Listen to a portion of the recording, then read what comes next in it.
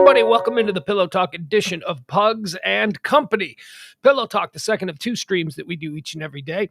The big stream, the mainstream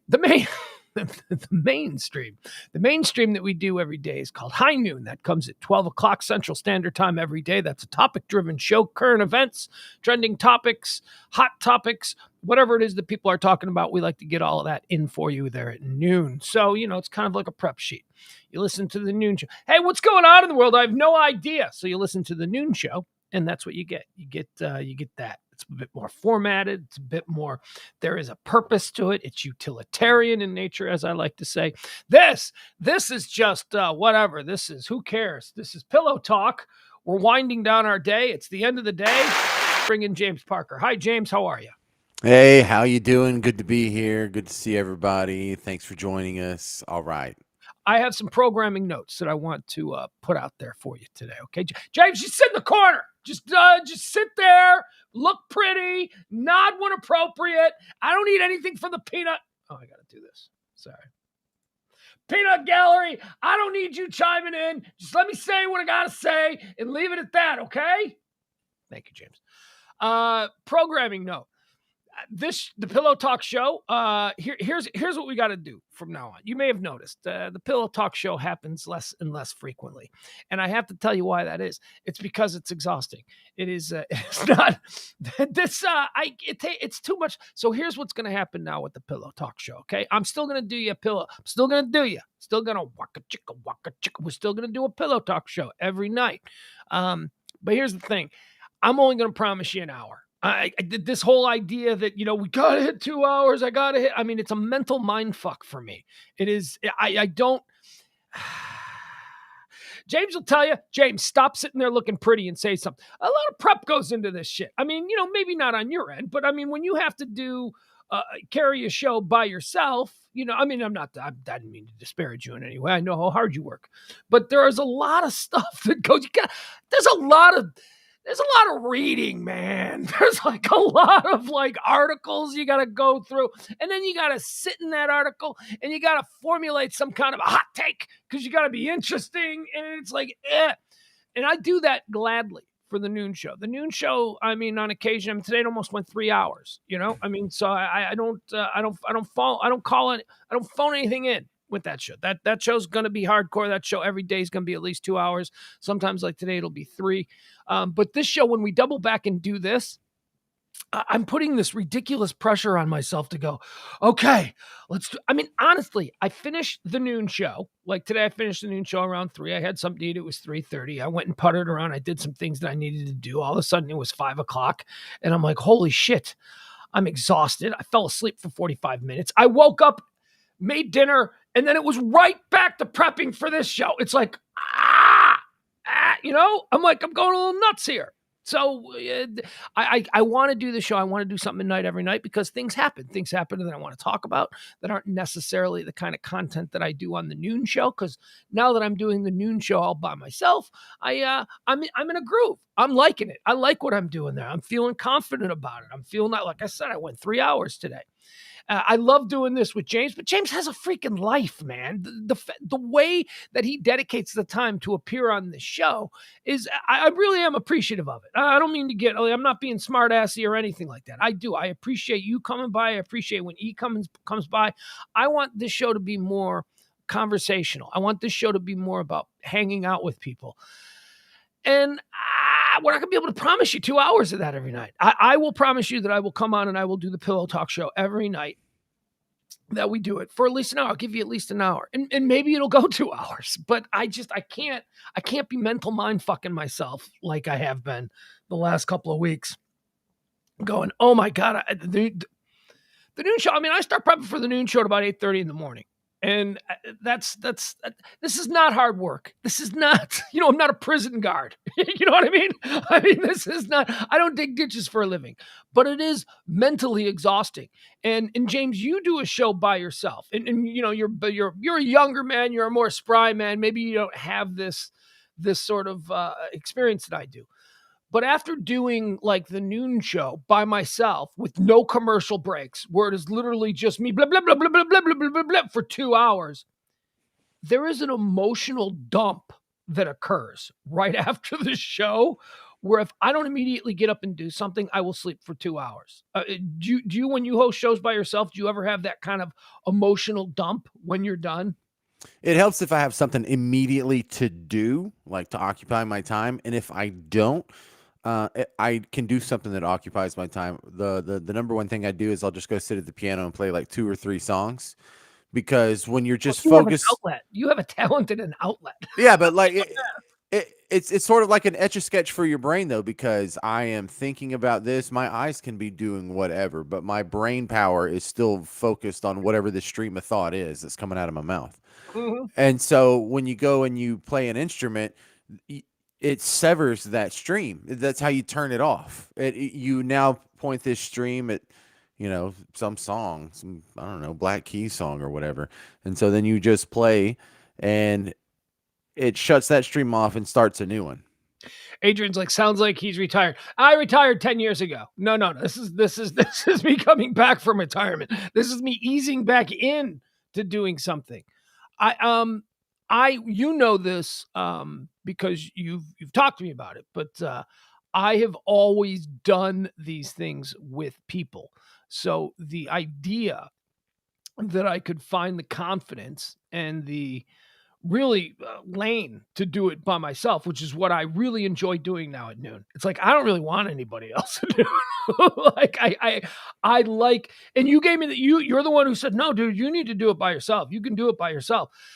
And I'm doing it, but man, it is emotional. It's not physically taxing. It is emotionally taxing.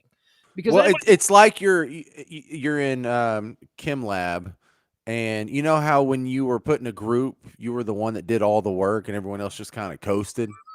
I Well, was now, one of the guys coasting. oh, okay. That Was wasn't me.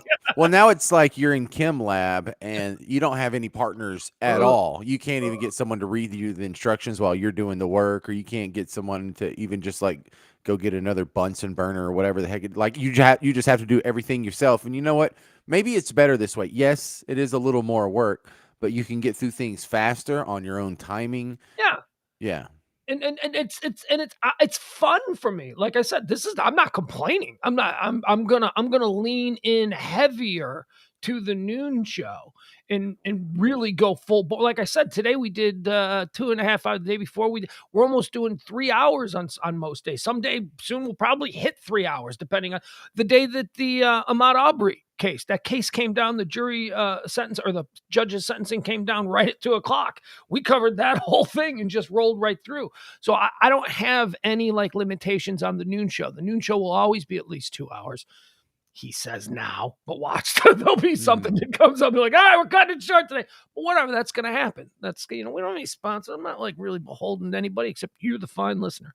And this show is more the show that I enjoy doing. Like I like just coming in here for an hour. I like coming in here. I'm coming into the other room.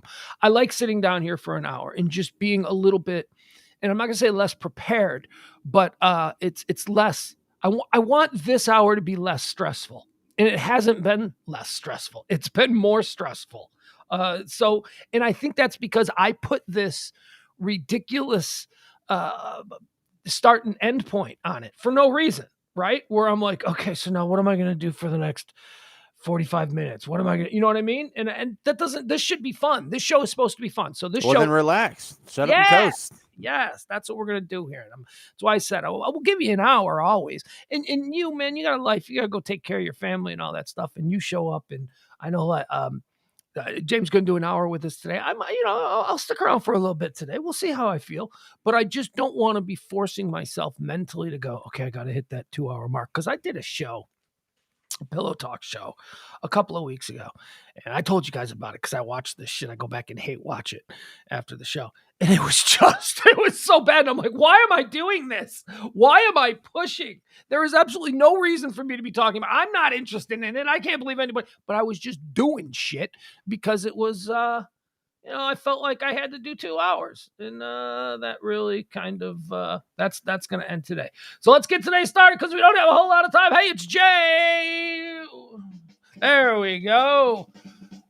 Let's welcome him into the One Percenter Comfort Nest high above the One Percenter compound in beautiful downtown Highland Park, Texas. He is the man of 1,000 voices, a comedy global sensation, appears on our stage nightly, James Wonderbread Parker. Oh, crap. There it is. That's so old. God, these levels are so out of whack. Yeah, you might want to hold your applause. This one's going to be short and disappointing. Okay, so standard. I was waiting for that's what she said. But anyway, scientists in Montreal say humans could live up to the age of 180 by the end of this century. The bad news, by that time, the retirement age will be 140. Hello. Stupid ricochet. All right, a 51-year-old Texas man has collected more than 70,000 unique items of Darth Vader memorabilia. How many unique items of Darth Vader material? Oh, you already said that. 70,000. Yeah, friends and family say he's always been single. Oh, whoa!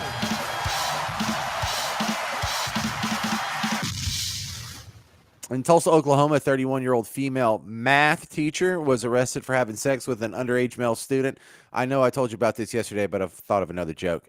These crimes are common among math teachers, so cops are trying to find a common denominator.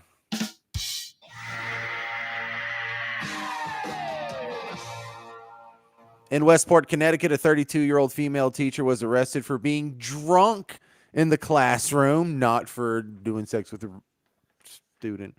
But her excuse is weak. She says she was drunk because she was all depressed over being dumped by a student. So it's understandable. It hurts at any age. According to a new survey, the Bronx Zoo is the best zoo in the United States. In fact, it's so good, animals from all over the world are risking their lives trying to sneak in. These coyotes, and we're going to build a wall around it or something. I don't know. And finally, told you it was going to suck. Hey, this is National Pizza Week, Pugs. Did you hear about this? In New York City, a pizzeria is now selling a pizza that's infused with marijuana. It's called The Vicious Cycle. Then I eat pizza, and then I want more pizza, and then I eat pizza, and then I get the munchies. So I eat pizza, and then I get the munchies. Yeah, that's it. All right, let's get out of that. That was short and sweet. Okay, hey, I do have a topic that I want to do first. Can I go ahead and cut in line here? Hey, please. All right. So, Oklahoma has the death penalty, obviously. They would be one of the states to just love it, and good for them. And a couple of the death row inmates have gotten creative here. What were their names? It was like something stupid. Yeah, Donald and Gilbert. I just love how common their names are. So Donald and Gilbert are on death row in Oklahoma. And they have filed a petition with the court not to get their execution, thrown out or stayed or commuted or whatever, clemency or any of that crap. They're trying to make the legal argument, and I'm not sure if I can tell them they're wrong, that they should be killed by firing squad rather than lethal injection. And it is their contention that firing squad would be quicker and painless, equally painless as the lethal injection. But they're kind of worried about what happens if they put you under. Can you still feel any pain? Like, do you really die? Or are you just sitting there like sort of semi-conscious but unable to react while you go through an agonizing death? There's no way to find out because people don't come back from that and tell you their story. So they're trying to make... Gacy almost did. John Wayne Gacy had to do it a bunch of times. It didn't take the first time. They had to revive him, and then they had to put him back down. Yeah. Oh, I haven't heard this. Oh, yeah, I was there. I covered the John Wayne Gacy execution. You were there. I was there as one of my first... Well, no, I wasn't in the room. Sorry. Yeah, I don't want to misrepresent. I was about to be real impressed. You're a sicko, Pugs. No. But, so who are we to argue if you're on death row, and shouldn't you get to choose your method, or wouldn't that be an interesting feature? Like, I would like to see at least one state do it to see how it works out. I don't know if everybody should do it and copy it, but that's the beauty of having 50 states is we can try 50 different things. And let's let Oklahoma try this out, because I think they're actually making a pretty good point. And if it was up to me, I would want to die if I could choose lethal injection, firing squad, electric chair, guillotine, maybe. I would have to put some thought into it, and I'm not sure which one I'd pick. Okay. No. It's my answer. No, shut up. We're done with you. You have no more input in this society. You have been convicted of a crime. We've decided you're going to die. I'm uncomfortable with the death penalty to begin with, but I certainly am more uncomfortable with the idea of making it a little bit more pleasurable or whatever, easy on the offender. These people do not get a choice on how they get to die. Society dictates how they die. Now, granted, I guess we didn't have a referendum on how we do this, but modern times says that the most humane way to put someone down is through lethal injection. That's how we do it. This whole idea that we're supposed to somehow, what did these people do? Did the people they murdered have a choice in how they got put down? I mean, don't you think this is a bit absurd that we would even Well, what if they entertain killed the someone? Well, to your point, what if they killed someone with a gun? That's a very common tool used in murders. So, when you make the argument, what would the victim? Did they get to choose? Well, no, the victim got shot with a gun too, and they want to get shot with a gun. It's kind of an eye for an eye. It's almost Yeah, no, closer to because justice than lethal injection. it's not necessarily about how they killed their victim. It's that they killed the victim, and now we're going to kill them. The victim didn't get to say, "Hey, hold on, before you strangle me to death, I would love to have my throat slit." See, that's not. It doesn't matter how they did their crime. They did a crime. They ended the life. That's the mortal sin. They ended the life of another person who probably didn't want their life ended. So Look, and they'll get justice, but in the meantime, we can be humane as well. We still give them a last meal. We still give them, a jail cell that's, not exposed to the elements, and 3 meals a day, and a toilet to poop in, and all that good stuff. Didn't Texas change that? Texas doesn't give them. They get a last meal, but they don't get to choose what their last meal is. They just get whatever the fuck is being served in the cafeteria, and I think that's the way it should be.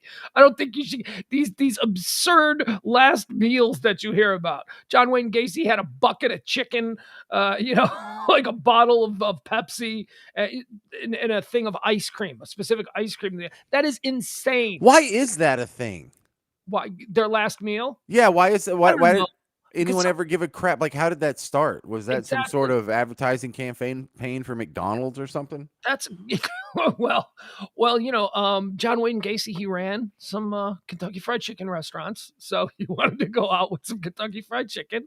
Good for him. They should have given him that new Kentucky Fried Chicken, the Beyond Chicken that they're serving now. That's not real chicken. Oh yeah. Hold on, let's see here. This is what Google is for.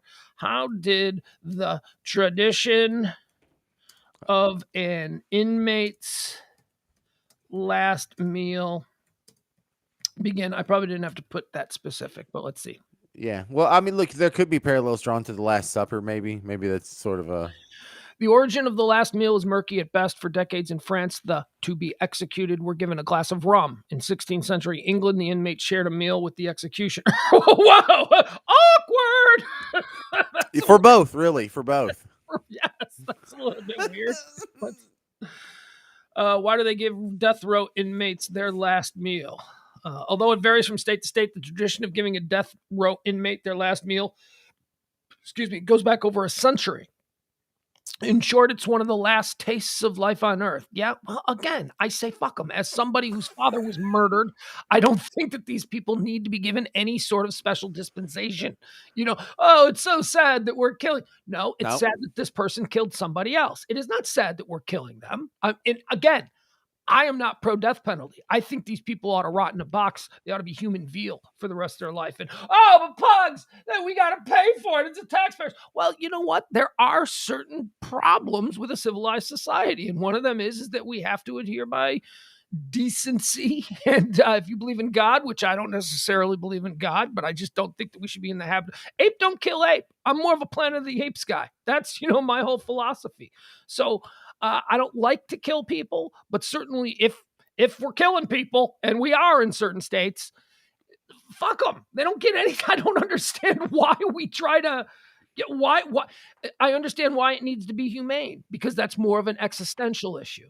But the idea of now allowing them to Jeff says life in prison is cheaper. I don't know how life in prison is cheaper.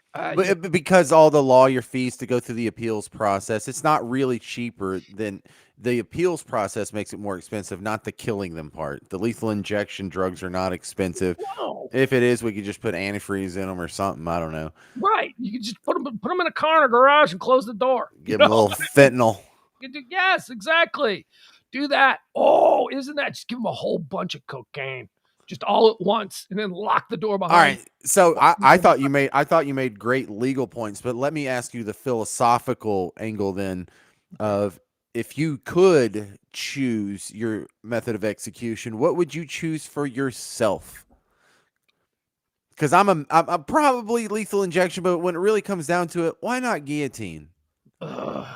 Just get your head lopped right off, man, No, and then man. someone has to pick up your dismembered head and look at it. Nah, there's no guarantee. I don't know. No, I don't like that. That's a little bit rough. I know what the concern is. The concern is there's going to be about 8, maybe 20 seconds after your head's chopped off where you're still somewhat coherent. Or something. My nervous system. I don't know. I mean, I guess it's. You don't think you'll go into shock and pass out immediately? Yes, I've been in shock, and shock is wonderful. Shock is just this incredibly beautiful thing that the human body has bestowed upon us, that anytime pain reaches a certain level, everything shuts down. And I imagine if you get your head lopped off in a guillotine, that you would go into shock. I went through the windshield of a car, and I didn't feel anything. I had the top of my head hanging off, and I'm sitting on the lawn having conversations with people. I had no idea what was happening. So shock is a beautiful thing. What would be my preferred? Okay, so here's how if they were going to do it, it would be something like this. Hey, come on over here. Don't pay attention to the guy walking behind you. Come over here. I want to talk to you. Pop! One right in the back of the head. That's it. Just one right in the back of the head when I'm not expecting it. Just a lot of mafia movies. No, but that does seem like the most. The real horror of being put to death has to come in the walk up to it. Yeah. And I don't mean the literal walk up. I mean the time spent thinking about it, stewing about it, obsessing on the manner of death. Now we're down to the last hour. Now we're down to the last half hour. That is brutal. Just put a bullet in my head when I least expect it. Just, make it clean, make it quick, just pop, just drop me. Okay. Now that's not one of the options ever. It's not. No. Oh, you're talking about in human history, one of the ways that we have. Well, look, how about just rank the top 5? Because there's lethal injection. Hold on. Ways of being put to death draft. James Parker with the first pick in the first round. Yeah. All right. So there's electric chair, lethal injection, firing squad, hanging, guillotine. Which one am I missing here? Drowning. No, I mean, seriously, over the years, what have they used illegally in the United States for execution? And that's pretty much it. Okay. I don't think they did guillotine, but I still like that being in there. Of the ones that you mentioned, electric chair's got to be the worst. It's got to be the worst. Agreed. That seems. I don't know. Hanging is close. But see, what happens with hanging is that if they do it right, if they do it properly, your neck is supposed to snap instantly. So that separates your nervous system. So you don't feel anything. And again, you're in shock, and it's pretty much over. You feel nothing. It's just like. And then God, I hope so. Kick and you thrash about. But the electric chair, man, I mean, you got to feel something in the electric. That's got to be, I mean, even just sitting down when they're strapping you in, you figure you got to get a shock or something. You know what I mean? Like some kind of static shock. Shave that part of your head. That's got to be a bad feeling. That's not so bad for me. I'm used to that. I did a shave before I came on the air today. Oh, by the way, that's another thing, folks. You're going to have to get used to this. The beard is going. The beard is probably going to go in the next couple of days. I will probably leave the mustache as I did last time. James, you know this about facial hair? I don't know if you do this. You don't have the full gross beard like I do. But at some point it starts to turn into hay. It dries out if you don't use oils and stuff like that.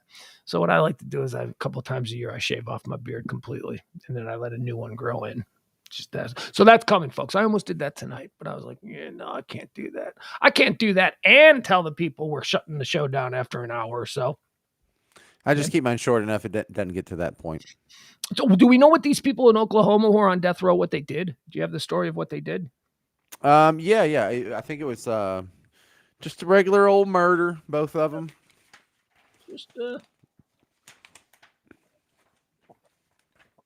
See, I got it right here. Let's see. It's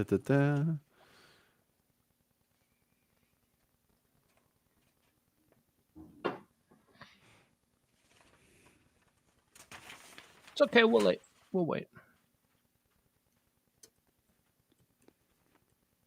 No, I don't see it. All right. Well, whatever it wasn't good. Yeah, it pretty much would have to be murder in Oklahoma. You know, they're not as murder or killing. They don't have the killer instinct like we do in Texas. Here we go. Byron brought this up. I mentioned it, I think maybe before he said this. But Texas does not do last meals by request anymore. Texas inmates who are set to be executed will no longer get their choice of last meals. A change prison officials made Thursday after prominent state senator became miffed. Oh, really? Did he become? Oh, excuse me. Yeah. Yeah. Oh, I'm so did miffed. you raise money on your website off of this being miffed? A change in prison officials made Thursday after a prominent state senator became miffed. The fudge. Became miffed after an expensive request from a man condemned for a notorious dragging death. Lawrence Russell Brewer, who was executed. When is this from? Because everything's being. Okay. Oh boy, this is 2015. So it's going back a few years. Lawrence Russell Brewer, who was executed Wednesday for the hate crime slaying of James. Oh, this is one of the James Byrd guys, remember? And, oh, my God. Yeah, the Jasper thing? Yeah. Lawrence Russell Brewer, who was executed Wednesday for the hate crime slaying of James Byrd more than a decade ago, asked for 2 chicken fried steaks, a triple meat bacon cheeseburger, fried okra, a pound of barbecue, 3 fajitas, a meat lover's pizza, a pint of ice cream, and a slab of peanut butter fudge with crushed peanuts. Fuck you. No. Did they give it to him? They didn't give it to him, did they? Yeah, apparently they did. That's what he got it. That must. What's the date on that? That must be from a while back then. Well, the story was originally filed. It says here, story originally filed in 2011, last updated 2015. Okay, yeah. I don't know what that means. But imagine that. Imagine that. Once again, here is what the guy who dragged James Byrd Jr. to death, here's what he got as a last meal. 2 chicken fried steaks, a triple meat bacon cheeseburger, fried okra. What the fuck's he doing with veggies? What is that about? Well, fried okra is barely vegetable. A pound of barbecue. Kind of barbecue. 3 fajitas, a meat lover's pizza, and a pint of ice cream and a slab of peanut butter fudge with crushed peanuts. No way he ate all that. Think about that. That's how much. That's a lot of food. I'd make it happen if it's my last meal. You'd eat it all. Yeah, if it's your last meal, what are you gonna do? Just leave it on the plate? What are you gonna do? Gain weight? You gonna ain't no saving your later? No, but at some point when you gorge yourself like that, when you're indulging to that extent, at some point it stops being fun. June and I once ate a 6-pound steak, and it wasn't a. Yeah, I once ate 6 pounds of steak. I used to do these eating challenges on the radio in Chicago, and there was some restaurant. There's a restaurant in Texas that does it too. If you can eat a 6-pound steak, you get it for free. Like that whole kind of. You ate one of those? Yeah, and I ate the whole thing, and I am telling you, after about 3 pounds, I may as well have been eating a corpse. It was just like. And I'm sorry, but they don't make 6-pound fillets. This was like garbage steak. This was basically like a giant family pot roast. And yeah, I ate the whole thing, and it was awful. And but this, at some point, so you get 3 chicken fried steaks or 2 chicken fried steaks. That's a lot right there. A triple meat bacon cheeseburger. You're doing bites, right? You're trying to get bites and flavors of your last favorite things, because there's no way. Then fried okra, then a pound of barbecue on top of that, 3 fajitas, a meat lover's pizza. Oh, and you just know it was garbage pizza. A pint of ice cream and a slab of peanut butter fudge with crushed peanuts. Maybe Bucky's fudge, but I don't know. And you don't get any booze. You're not allowed. I know that's a thing. You're not allowed to have booze. Some guy, that's his job to go round all that crap up. That's got to be a suck job. Ugh. All right, so you want to find out what these Oklahoma death row inmates did? Yeah, tell me what they did. All right, Del City is a suburb in the Oklahoma City area. And Donald brutally killed Brenda and Suzette in a botched robbery in Del City. His explanation is that he doesn't understand himself mentally. He's psycho and had an episode and doesn't remember what happened, and he shouldn't be killed because he's mentally insane. That's one of the reasons that I'm against the death penalty. I don't believe. I mean, I'm not about these people do something and then it's like, oh, that's okay because he's a little waterhead. No, that's not what I'm saying. I find it morally. How can you have a moral compass when you say you're not sure about God? Well, I don't know. That's a good question, but I have a moral compass, and I do not feel comfortable with putting anybody to death. And especially since I think that most people who do these crazy ass things, there's something wrong with them. There is something, they're broken. Well, you have a good example in John Hinckley. Like, is he really a danger to society at large, or was he just a dude having an episode? Apparently he is a danger. I mean, if you see, that's the thing. If you can't I know control it's your tough. episodes, you know what I mean? If you can't control your episodes, who's to say you're a danger? Look, my need to be human veal. I'm all for life in prison without the possibility of parole. Just put them in, lock them up, leave them alone. You violated the rules of our society. Can't be trusted anymore. Sorry that you're a little waterhead. Sorry about that. But hey, we got stuff to do out here. You stay there. Okay, so the other guy, Gilbert, we go back to Memorial Day weekend of 2005. Gilbert's dad is riding on his motorcycle and there's an accident and he's severely injured. For some reason, after Gilbert's been up for days on meth, he thinks this group of 4 people did it. Oh, geez. And he goes and he slaughters all 4 of them in a meth-induced rage. Okay, so that's different than being crazy. That guy made a conscious choice to do methamphetamine because he enjoyed whatever the effects of it were. And that's not the same thing as being, having some bad wiring in your brain. Well, yeah. Put him down. Put him down. Okay, but look, when you say that, he says, okay, I want to be be executed right now, and I want it to be by firing squad. If you can push the button that makes that happen, would you do it? No, because it's what they want. Nah, you do it just to spite them. You'd make them go through the lethal injection. Yes, okay. That's why I asked. I just wanted to know. I mean, look, I could understand if this was if it was me, I might feel differently. I want to die the way I want to die, but I just don't think we need to be in the habit of accommodating these people who are just grisly monsters. I don't want to get in that habit. I just want, if our society, and I may be against it, has decided that their penalty is to be put to death, then so be it. Put them to death. I'm not for it, but look, we live in a democracy. That's what we decide. Fine. I can air my objection to it. Don't do it. I wouldn't do it, but that doesn't mean you have to listen to me. So this is what we do. So, okay, put them down the way we decide to put them down, not the way they want to be put down. I always like the idea of a penal colony, and I'm not talking about like Escape from LA because that's ridiculous. Very nice. Yeah, I'm thinking of Australia. Yes, like we're not killing them, and we're not having them cost the taxpayers for the rest of their life. They can go fend for themselves in this remote land that is disconnected from the rest of the world. Being from the south side of Chicago, I could bring you to a few neighborhoods that are essentially penal colonies. They are essentially that happening right now. Just a bunch of criminals who are just running around free and doing whatever the hell they want to do. I do like that idea, though. But, then what do? We blockade the island, right? We got to blockade it with ships and stuff. And then things get out of control and you got to send in Kurt Russell or something. Oh, a real live Escape from New York. See, I like New York too much to actually be willing to go for, New York at this point. But maybe someplace like, I don't know. There's got to be some towns in Mississippi, right? Someplace that's not like a strategic deep water port. We can't waste those on a penal colony. No. No. Or a fantastic vacation destination. We can't be using those for penal colonies. Jackson Hole. No, can't do that.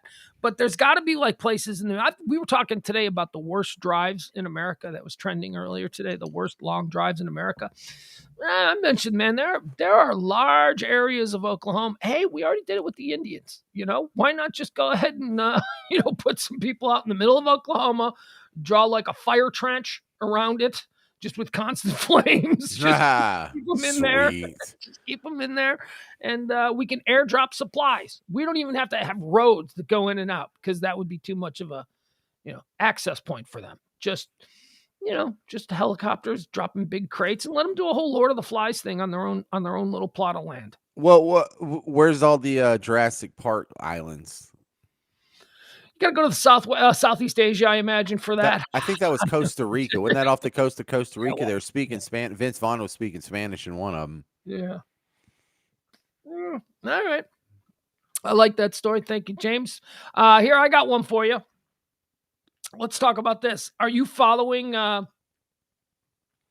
So I think it's been established. You and I, big fans of Britney Spears. Oh my God. I know. Yeah. The picture she's posting naked. Yeah. I've seen those. Oh man. Oh no, my God. She is free and she is going for it. And she is just, so here, this is happening tomorrow on Good Morning America. I wanted to play this for you. I thought maybe you'd get a kick out of this because this is stirring up all kinds of controversy online. Okay, is that the one? Yeah, that's the one. Okay, so this is happening tomorrow on Good Morning America. Here we go. I love my sister. But things have gotten complicated. I guess so. Jamie Lynn Spears. What has caused this rift between you? The exclusive. The book title is Things I Should Have Said. What do you regret not saying? Tomorrow on Good Morning America.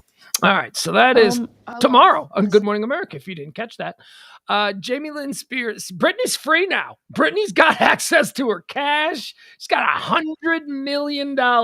She can't find her bra, though. That's so weird. That's still missing, yeah. Let her be free. Let the girls play. Let her just have her. Look, I think Britney is batshit, but she hasn't broken any law. She's not a violent criminal. She wants to do whatever the hell she wants to do. When she's earned this money, she was basically whored out as a child from the time she was like 12 years old. Dance, little girl, dance. It was like one of those kinds of things. She hit the jackpot. I mean, there are hundreds, thousands maybe of children who went through the same kind of ridiculous childhood that Britney Spears went through that didn't hit the jackpot. But she did. That have nothing but an addiction and a couple of baby daddies to show for it. Yeah. Living in a trailer park. Yeah. Living off the fact that they were in like a Swanson's TV dinner commercial when they were 9 years old. That's it. That was the height of it. But Britney Spears, she hit the jackpot and she's a little bit wacky. She's a little bit crazy. She's in her 40s. She's got kids. She's got a husband now. Her money was completely, her entire life, she wasn't allowed to have a cell phone. Well, look, we don't have to rehash the whole Free Britney thing, but her family decided that in her best interest, we need to be in charge of all of her assets and all of her money and all. And they did that for what? A decade? Over a decade? Maybe even 15 years where Britney basically lived like a prisoner. Britney, get on stage in Vegas. They were making her go out and do things. And she was just missed. She didn't reap any of the rewards of her hard work. Her family somehow convinced, and recently, within the last couple of months, she's been freed. A judge said, you know what, this is wrong. This is a 40-year-old woman. She's out there producing. She's out there earning. She's got a life. She's got a talent, and there are people who are interested in her, and there's absolutely no reason why every aspect of her life needs to be signed off on by her dad. I think we can all agree that was madness. She's not even Lindsay Lohan. You know what I mean? I mean, Lindsay Lohan was a menace. Lindsay Lohan was running around doing real awful shit. Didn't her parents steal from her too, though? They stole from her, but they didn't get a court to go, okay, she can't have a cell phone, which is what they did to Britney. Right. I mean, it was absolutely insane. What did Britney do? She shaved her head once, and she attacked a photographer with an umbrella. A photographer who was being a dick. I mean, Can you go ahead and show the new Insta pictures while you're telling the story? I don't know. Let me see. Well, let's see if we can go to Instagram here. Let's see if we pull. I think Albert will thank me. I don't know about Jeff, but Albert will thank me. All right, Instagram. Let's see if I pull this up. You want me to join? I mean, I can't turn it out. Not now. All right, let's find Britney. All right, I'll pull these up. Thank you. Look at her, man. She comes right up. She's the most famous Britney in the world. You go BRI, and here comes Britney. All right. So let's see what Britney's getting into. Dun, dun, dun, dun, dun, dun. Booyah. There she is. Can you see her? Oh, yeah. See, Okay, so I'll continue on my train of thought before I was distracted by doing this. Britney Spears, I think, and this could be fun to watch. And you're so mean. No. Look, she's got a lot of money. She's super, super famous. Who cares if she's a little wacky? All right, it doesn't matter. I'm a little wacky, and I don't have half of what. Half. I don't have 1/100 millionth of what she's going on. So trust me when I tell you, this is not as mean as it's going to sound. But I think we're going to get like a Baby Jane thing with her. Look at her, because she's like a woman in her 40s and she's still parading around like a girl in her 20s. I mean, all right, what's the Baby Jane thing? Oh, okay. Whatever happened to Baby Jane? It's an old movie. Betty Davis played a child star. Betty Davis? Betty Davis, Joan Crawford. What? Jesus, man. I thought you knew. But you never heard of Whatever Happened to Baby Jane? Like, I've heard the title, but I don't know the content. Okay, so the content of Whatever Happened to Baby Jane. And thank you, James. I know that you're just playing dumb so that I can explain it to the listeners. No, I really don't know this, dude. I know. I was giving you credit. Betty Davis and Joan Crawford were sisters, and one sister became very famous, like a Shirley Temple type as a kid. And then that career never went anywhere. And now here we are, and they're both like old women. This movie was in the 60s when Betty Davis and Joan Crawford were old.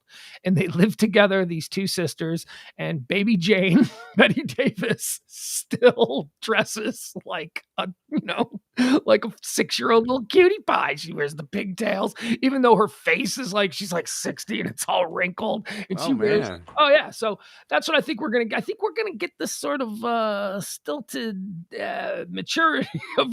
I mean, look, Britney's beautiful. I think Britney's a beautiful woman, but she's a woman, and this is not. You know what I'm saying? I mean, she's still wearing the Britney Spears "Hit Me Baby One More Time" type stuff, and she's a woman in her 40s. I think that Britney's going to be 60 years old, and she's still going to be going around like this with a gut and, big giant. I didn't say that. I did. Right. All right. Thought I was the bad guy. Okay, so what we have here is a snapshot of me and my ham-fisted, absolutely no credibility behind it opinion is an Arrested Development situation. Yeah, absolutely. Yeah, where she is either flash frozen in time at what she thinks is her mental peak, a la Gleeman X from Brain Candy, or the Dr. Drew theory on a lot of these Arrested Developments, especially the ones that still talk in the high-pitched voice, like they're cute little teeny boppers. Yeah. And they end on an up note a lot. Dr. Drew's theory on that is that those are girls who have been molested. Yes, and talk like babies is a sign that they were arrested or molested. And he says they basically freeze their voice at the age of which they were molested. So the younger they sound, the younger they were when somebody got to them. Oh God. Yeah, that's unfortunate. So Britney is on the lower scale of that, and I mean register, I mean like notes. So someone didn't get to her when she was like 12. Someone got to her when she was like 15 or 16. Is the Dr. Drew parlance? And this is again, I know nothing. I didn't go to college for this crap, but I'm just saying I listened to a lot of Loveline, and you start to develop your own theories, and it's based on crap. But that's what I have. She sounds like someone got some. It might have been a Harvey Weinstein casting couch type guy, or it might have been Drunkle Gary or something. But someone got to her when she was like 15 or 16. Oh yeah. No, it was probably numerous guys. It was probably numerous talent agents down there in Louisiana. Someone behind the scenes at the Disney show. Well, she was a Mouseketeer, right? Her and Justin Timberlake and Christina Aguilera, and who else was in that? Ryan Gosling was like a Mouseketeer. Yeah, everybody. Yeah, there was like a whole crap ton of people. And I sometimes get it confused with the Demi Lovato, Selena Gomez, but they were Big Purple Dinosaur kids. They were not Disney kids. But here's a picture for you. She still looks 21 from behind. I'll give her that. She's it's just when she turns around and she looks like, your mom, your friend's mom. She does a lot of art. I'm just scrolling through her Instagram. Yeah, that's art. That's art. That is definitely art. So that's a mom bikini, with the super high waist, but she's got to tug it down. Nope, I'm still young. I'm still 16 and Oh, look at sexy. her. And Ah, la, la, la. oh, I spilled some. It's drooling down my chin. I'm so whimsical. Yes. I'm so thirsty. It helps if I stick my tongue out and lick the bottle at the same time. That's how I drink water. How do you drink it? She's going to be doing this at 60. I'm telling you. She's going to be doing this at a really uncomfortable age. We're going to be watching. Oh, yeah, we are. We're still going to be thirsty for Britney. She's frozen in my mind. Look here. I know. I'm such a loser because I could watch this for like a half hour. Just flip through this and watch it. Look at this. What do you think we're doing? Oh, I know, but like there's 10,000 hotter girls on Instagram doing the same thing better. But, Yeah, because not it's Britney, 10,000 babies. I know. We don't know all the backstory and Right. She's magic. Look at her. She does. Her eyes look dead, though. I mean, I hate that she's been through a lot. Her eyes do not have. She has porn star eyes. shark eyes. Well, I used to have a theory. Dude, when you're in the shark cage and that shark's poking at you and you look at the eye, there's no emotion there. He's just Christian Bale and American Psycho. Just, I'm here to kill you. I used to have this theory that whenever I would like interview a porn star and I would like look into their eyes, there are a lot of them. Some of them were actually kind of normal, but you would look into and they're just like dead. Like you could see all the trauma they've endured in their gaze. And it doesn't matter how tight their body is or how beautiful, everything else about them is.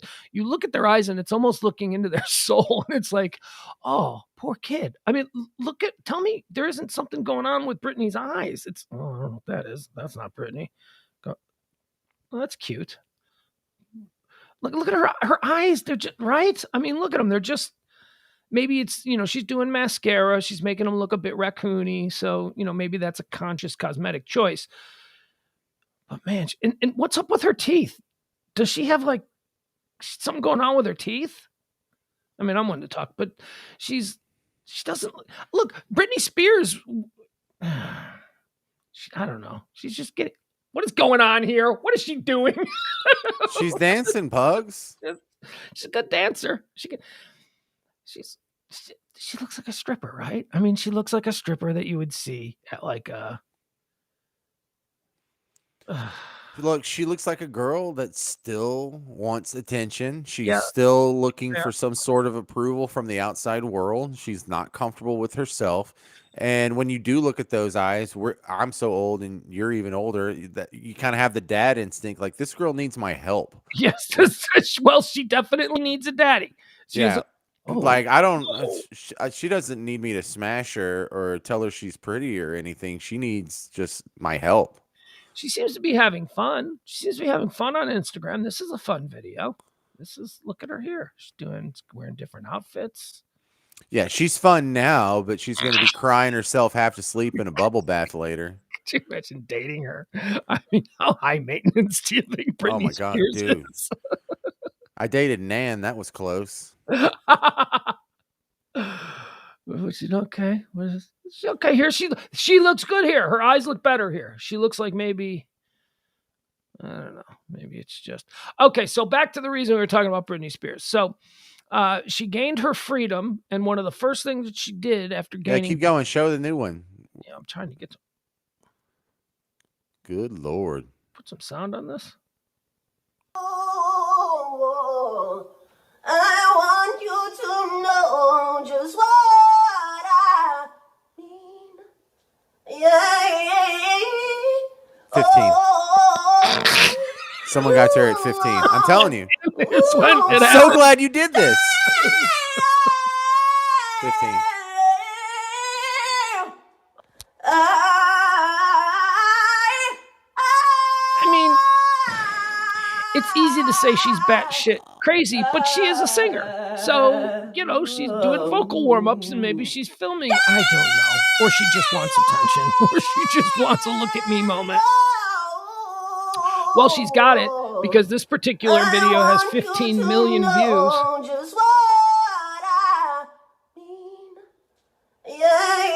right, flip through to the... Okay. What else we got? It's not that was bad. I mean, that's better than I can do. It's not as good as she thinks. Well, But you look, can hear me doing my vocal warm-ups. Is it better than I can do? oh my God, yes. Oh God, you sound like a irate donkey. The fact that she's had just training for years and years and years. I mean, that Disney put her through, and then actually having the vocal career, cutting 8 albums or whatever she did, you'll naturally pick up some singing. So I'm sure she doesn't suck. Well, she's not a talented singer. She's obviously someone who's been taught how to get by. And, Yes. she was heavily produced, and even her live stuff is I mean, if she is singing live, I don't know. But she's not Christina Aguilera. I mean, Christina Aguilera has a world-class voice. Britney, look at this. This is classic Britney, right? This is the one that we remember. This is what she's going for. This is when she looks in the mirror, this is what she still sees. This is what she's going for. This is where she wishes she still was before she got hurt or whatever. Yeah, or she's just so completely bent that she doesn't realize that, people get older, people change, people, okay, what's going on here? Wait, okay, what is? She likes twirling, man. She does. She likes twirling, doing some dance moves. You think she's doing drugs? I mean, obviously, I believe she does drugs, but what do you think? Yes. What do you think she likes? What do you think she's into? Pills? She's on some acceptable, and they're not drugs to her. It's just some mood enhancer or some anxiety pill like that was prescribed to her. So it's like Xanax or Klonopin or something like pharmaceutical like that. I think she probably dabbles in the whole stripper cachet of drugs. I think she probably enjoys a little cocaine every now and again. I think that she probably has wine. I think that she doesn't see marijuana as a drug. And I think that she just takes all kinds of, she probably doctor shops. She's probably got a whole bunch of different. See, I don't think so on the cocaine. I see a lot of alcohol and pills. And part of the reason is her build.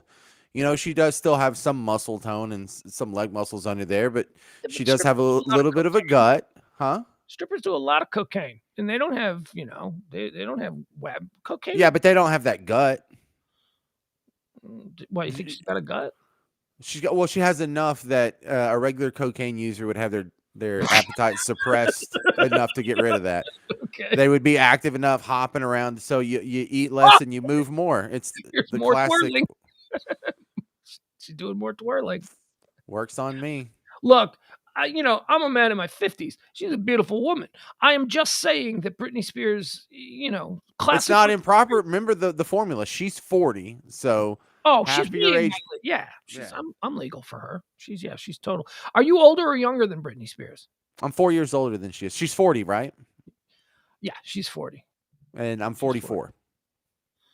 What's going on here? What is she doing here? She's shooting something to her arm? No, she's like giving a cat some milk or baby some milk. I don't know. What does it say? New addition to the family. I guess it's a boy or girl. Doesn't say. Oh, it's a puppy. I think it's a baby puppy. Okay. Well, how come she's not showing the puppy? That would.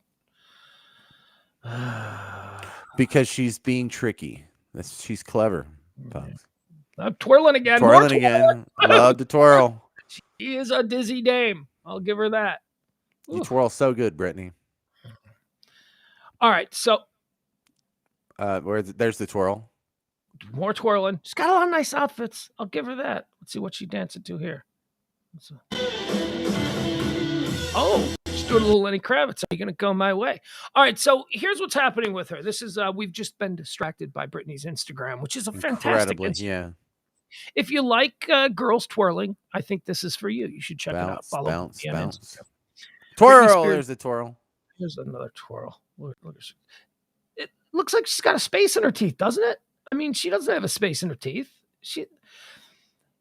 At this point, she looks like someone who looks like Britney Spears. That's how I would describe it. What does Britney Spears look like today? Britney Spears looks like someone who kind of looks like Britney Spears.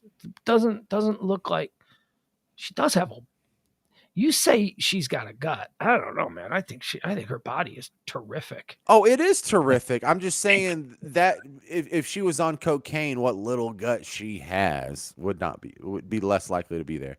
Look, keep scrolling through. I need to see more twirling. Well, because I'm trying to get to the story. There's a point to how we started this. Okay. More than this?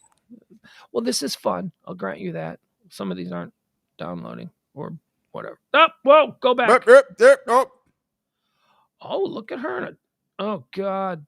This is like 3 a.m. after prom. Look at her Right. hair's kind of messed up. Just twirl. Get it over with. Twirl or not? No, I think she's not going to twirl. Oh, she did. Looks like she cut it right when she started to twirl. All right, so here's why Britney Spears is trending today. Not trending, but why they're up. That's a great outfit. I like that. That's really cute. That not someone. All of a sudden we're Queer Eye. All of a sudden we're just rating outfits, or I am anyway. So tomorrow on Good Morning America, Jamie Lynn Spears, Britney's sister, is going on, and she's going to plead for Britney to, to talk to her or whatever. Because what happened after the judge gave Britney her freedom back and gave her access to her bank accounts and let her have basically let her be a human being again, a 40-year-old mother with a whole shit ton of money. Like I said, over $100 million she's worth. One of the first things that she did was she basically cut ties with her entire family and said, you people are gone. You are out of my life. I want nothing to. So now imagine you're Jamie Lynn Spears, who is not worth $100 million. Jamie Lynn Spears is why is Jamie Lynn Spears famous? Because her sister is famous. It's not like Jamie Lynn Spears did no Pugs. She had a Disney show, right? And she made $500 a week. We're not talking about the kind of money, the generational wealth. Yeah, all that money's gone. Britney's money or Jamie? No, Jamie Lynn Spears' money. Yeah, absolutely. Jamie Lynn Spears bought probably a decent house in a nice neighborhood somewhere in Metairie or wherever where are they from? Aren't they from somewhere down there? Yeah, they're from Kentwood, which is not too far from New Orleans. So she's got a nice house in the nicest neighborhood there, but she's doesn't have many marketable skills. It's not like Jamie Lynn Spears is having a career that's popping out. You know what I mean? She's famous for being Britney's sister, and her ability to earn money off of the coattails of her big sister is almost entirely dependent on the fact that she has access to her big sister, and her big sister wants nothing to do with her. Absolutely nothing. Britney has told her family, her father, go kick rocks, told her mom to go kick rocks, told her sister to go kick rocks. I want nothing to do with you people. So now what we have is we've got Jamie Lynn Spears recognizing that, oh my God, I've got to do something to fix this because quite frankly, I like hanging out with my sister in her big ass mansion and driving her crazy cars and hanging out with her cool friends because Jamie Lynn Spears doesn't have that. So Jamie Lynn Spears is going on Good Morning America tomorrow to basically talk about how awful her life is since Britney has gotten her freedom. Yeah, I bet your life is awful. I bet you don't have Dad's not cutting you checks from Britney's hard-earned money anymore. I bet your life is awful. I mean, imagine that gravy train just suddenly stopping. You have access to your nutbag sister's $100 million. You're living high off the hog. She probably had some kind of a stipend, right? I mean, Jamie Spears, the father, was in charge of all the money. So, he was probably kicking back a little bit to his other daughter. And now suddenly that's all gone. All of it. And Britney is suing her father for like all this money that she said, like her father bought houses and stuff like that. Britney's like, no, those are my houses now. And she's going after everything. Now I ask you, is Britney right or is Britney wrong? Or James, does family mean more? No, family doesn't mean more if family demonstrates that they're pieces of garbage that will use and abuse you and then turn around and act like they're some sort of helpless, innocent victim when the tables are turned. No, she's probably all right on this one. I don't know who's really right or wrong or if she's being a crazy person, but my suspicions are Jamie Lynn Spears probably has done something bad that Britney doesn't want to talk to her anymore. And I kind of feel the same way about Aaron Rodgers' family. Like maybe Aaron Rodgers is a jerk or maybe he just has a jerk family. Maybe people have bad families. Yeah. The Aaron Rodgers situation where he doesn't talk to his family anymore. I used to think it was his family, but now I'm starting to think it's Aaron Rodgers. Right. But I mean, we have more evidence than we have for like a Jamie Lynn Spears. We have no idea what's going on in her head. Yeah. And I have a hard enough time fathoming not talking to my sister ever again. I only have one sibling and we've always gotten along. We've never even fought as adults. But apparently I'm in the minority on that one. There's a lot of people who have real contentious relationships even with their siblings and I don't see how that can happen, but it happens. I don't have any siblings, so but all I could say is that I'm on Team Britney on this. Again, I'm on Team Britney because you're allowed to be crazy. You're allowed to be crazy as long as you're not dangerous or dangerous to yourself. Now, maybe her family thinks she's dangerous to herself, but so what? She's a 40-year-old woman. She has, at least in the last decade plus, demonstrated, well, again, she was human veal. Her family made her human veal for the last decade. Right. So she hasn't been given a lot of opportunity. I guess the jury's still out. Let's see if she gets into any kind of crazy stuff here in the next and she's new to her freedom. She's new to all of this stuff.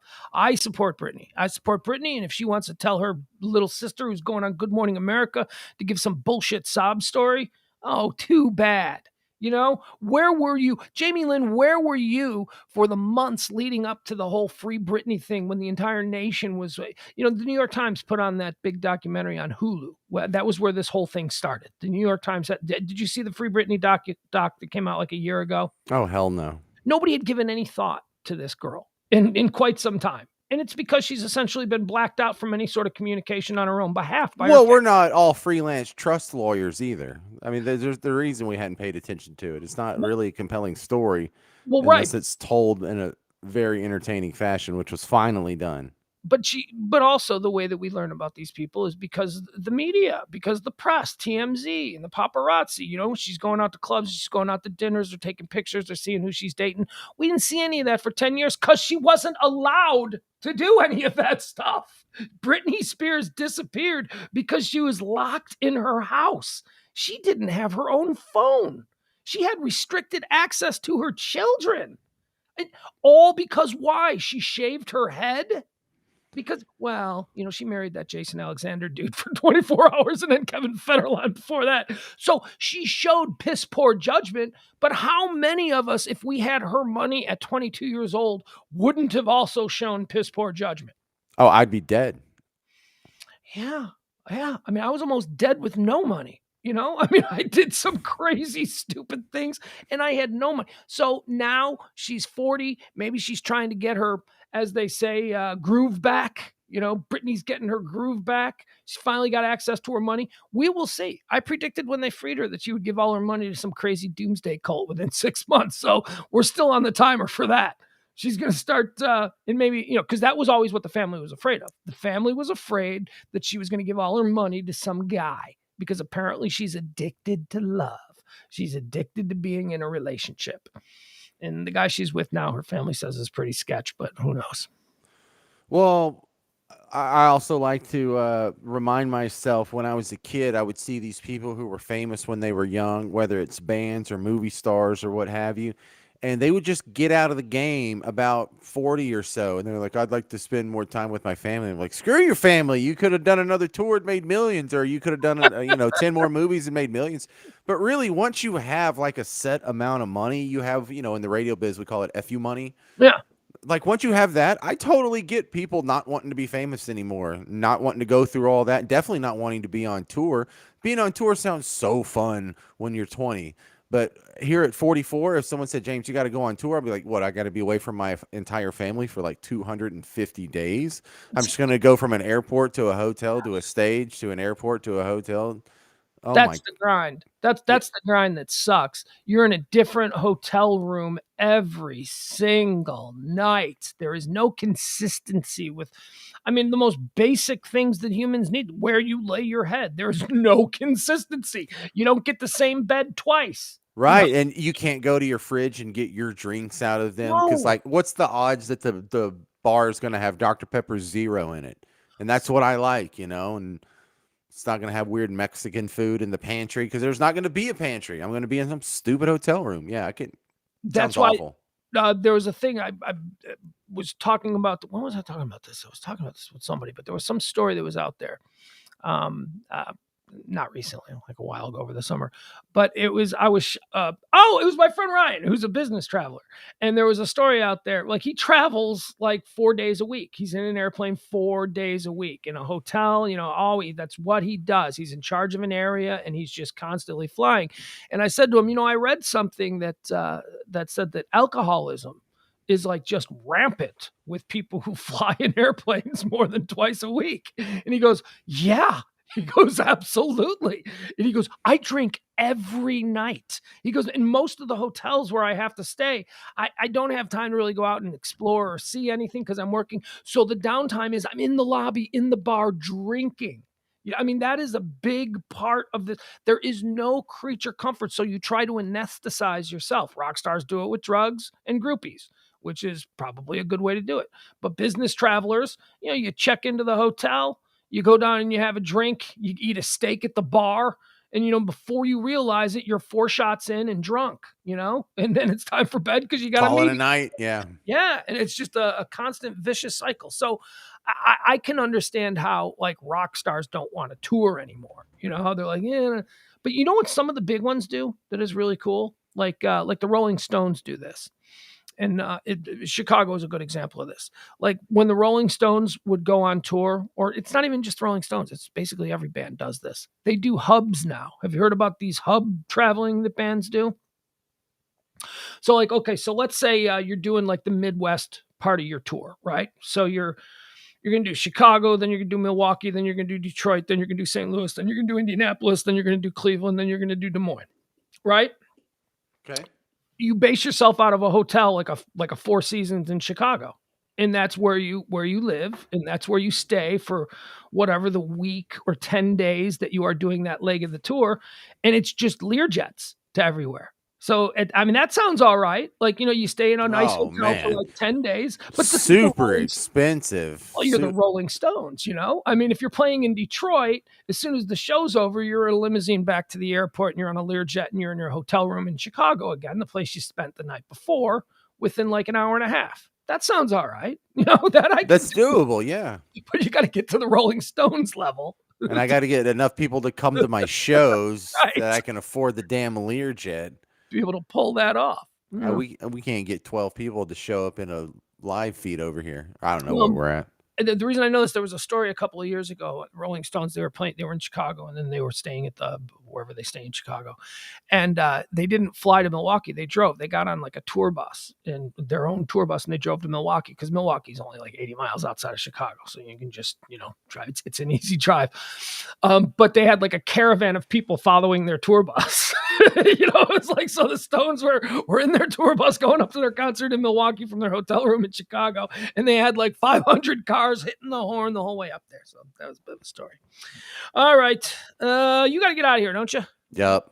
Part of the deal. All right. Thank you, James. There's James Parker. Hey, real quick, Cowboys 49ers this weekend. Cowboys are going to win this pretty easy. Well, let's talk about that Thursday. Let's do a whole game breakdown. You say Thursday. We're not doing anything tomorrow? What's tomorrow, Wednesday? Well, yeah, but if the game's this weekend, why wouldn't we do it closer to when the game is? Thursday it is. Thursday it is. There he is. Say goodbye. It's James Parker. James and I are going to start doing more sports stuff. Sorry, folks. That's just how we're going to roll. There he goes. The Queen wave. All right. Appreciate you. Get out of here. Thought you were... There he goes. There he goes. All right, just you and me. We got a little... Hey, you know what? Let me get some water. I'm sorry, folks. Sit tight. You know what? Here. There's no reason why I shouldn't. Here. While I'm gone, why don't you watch some Britney? I'll be right back. I'm just going to get some water. All right.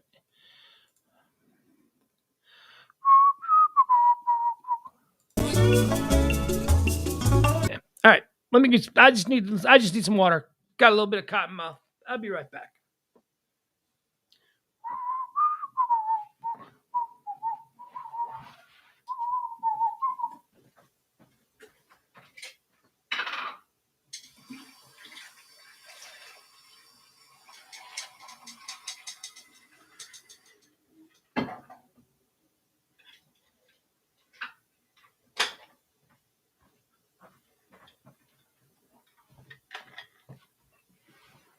Oh, I'm so tired.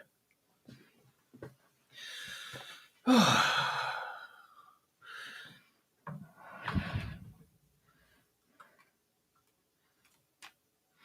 right, Brittany, that's enough of you. And she gone. All right, and she gone. And okay,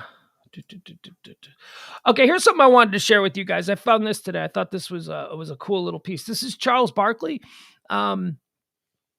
this is we just had a big celebration last week here in Dallas for Dirk Nowitzki, who is one of the most beloved athletes. I would say he's number one. I would say that there is not a more beloved athlete in the history of Dallas than Dirk Nowitzki. I mean, who? Roger Staubach? I mean, people love Roger Staubach, but he's not Dirk. You know, I mean, Dirk is a whole different level of superstar. So I found this, and I thought this was fun. This is Charles Barkley talking about Dirk Nowitzki. I just called him Dirk Nowitzki. Oh man, there we go. Yeah, this is Charles Barkley telling a story about Dirk Nowitzki when so Dirk is kicking. All right, so this is a story Charles Barkley is telling about Dirk when the Dream Team. Remember the Dream Team? Jordan and Barkley and Pippen and Magic and all that. So the Dream Team played like a teenage Dirk in some team, some USA like basketball warm-up for the Olympics when Dirk was just a young kid. And here's Barkley retelling the story of the first time they played against Dirk. So Dirk is kicking our ass. He's got like 25 at halftime. Michael, Scotty, a bunch of guys like NBA players. Dirk was like 18. This is when Scotty was quote unquote the best defender in the world. Man, I'm gonna lock him down in the second half. Dirk finished with like 52. So I was like, dude, who the hell are you? I was like, dude, he is kicking your ass. He had like 50 points. It was unbelievable. All right, I thought that was nice. I thought that was a good story. They respect Dirk. That's the greatest sign of somebody actually being, one of the greats. When an old school great doesn't sort of just dismiss you as, well, it's a different type of era, different era. He couldn't have played when we played. No, there's Charles saying that a teenage Dirk Nowitzki, Scottie Pippen, who at the time was considered the best defensive player in the league, a lockdown defender, and Dirk, as he said, Dirk scored 52 on him. Which, maybe in a championship series, that would be a little bit different. Maybe Scotty was known to take some games off when it didn't count, but as someone who saw just about every game, not every game, because come on, it's a basketball season, that's hard, but for the period of time, 3 of the championships when I was producing Bulls basketball for their flagship station, I saw every game that he played, and Scotty took some games off, but not the games when we needed him. But Scotty did not take games off when it was at least when Michael was there. Scotty famously took a game off when Michael had retired for that 1 year, and he wouldn't go back into the game, and he took his shoes off, and oh my God, that did more to you know what? I'm jealous. I mean, I know that was a great experience for me as a kid, being that close to some aspects of the Jordan Bulls, being a fly on the wall in certain situations and just watching these guys go about, hearing Michael yell at players during timeouts, in the clipboard, shut up, man. I mean, the way he would talk, that was very interesting. I just wish my Jordan Bulls were more likable. Dirk is so likable. Dirk is he's a superstar that, everybody adores. He's just a really good guy. And you got Scottie Pippen, who's a total piece of shit as a human being. Great basketball player. Again, separate the art from the artist. Scottie is a terrific basketball player. One of the greatest I've ever seen when he was on. But, man, just a shit. Michael Jordan is the greatest basketball player I've ever seen. Michael Jordan is the GOAT of all time in the NBA. He is the greatest basketball player to ever lace him up. But he's also kind of a dick. He knows he's Michael Jordan. He's arrogant and he's uber competitive and he's rough on people.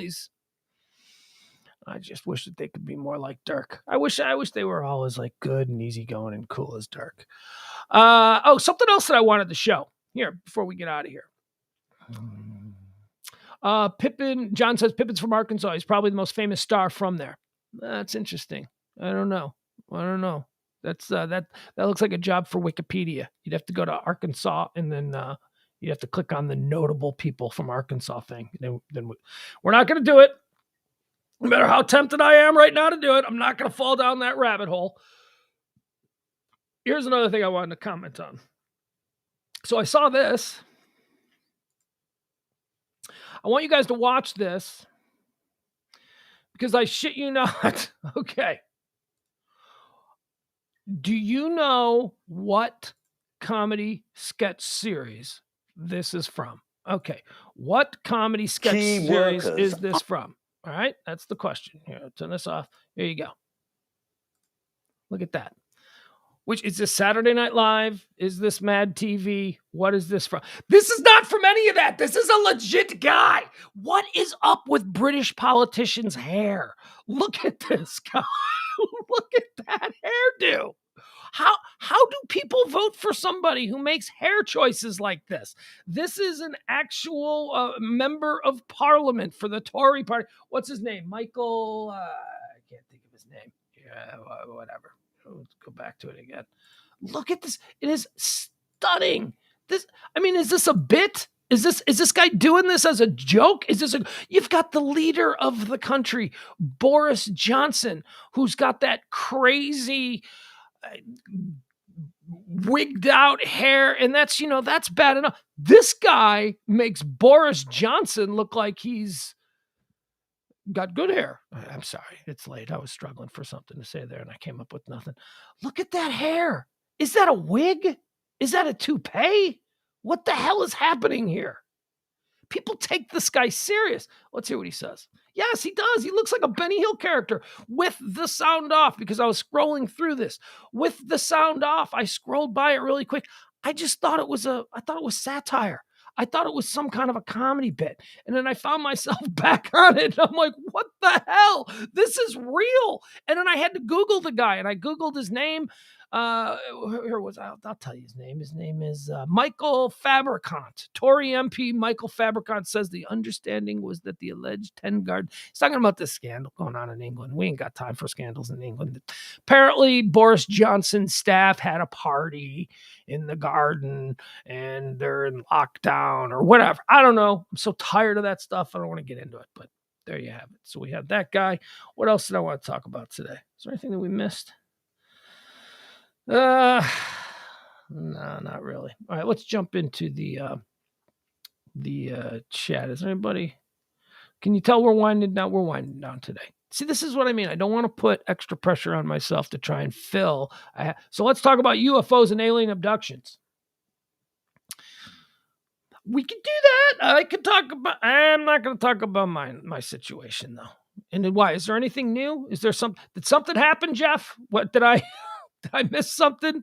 We'll do a show on UFOs. I can do a whole show on UFO. If that's what you want, I can do a whole show on UFO. I feel like it should be later at night. I feel like that's something maybe I ought to come on at like 3 a.m, and get like really crazy with like UFO talk. That was one of the things that I wanted to do. There was a lot of concepts bending about what I would actually do here with a studio right next to I can't be staying up till 3 o'clock in the morning though. I can't be. My radio dream has always been to do late night talk. But it doesn't exist anymore. Late night talk radio exists, I guess, on a nationally syndicated level. But when I was growing up, there was 2 or 3 different, you can put on any radio station, any talk station in Chicago in the 1980s. And there were 3 completely original late night talk shows, live and local. There's still Chicago, I think, is still the only market. I think New York might have it too, but where their sports station has 24 hours live and local, where it's not, here, any of the sports stations here, you tune in at 3 o'clock in the morning and you're getting some kind of network feed or some kind of replay from during the day.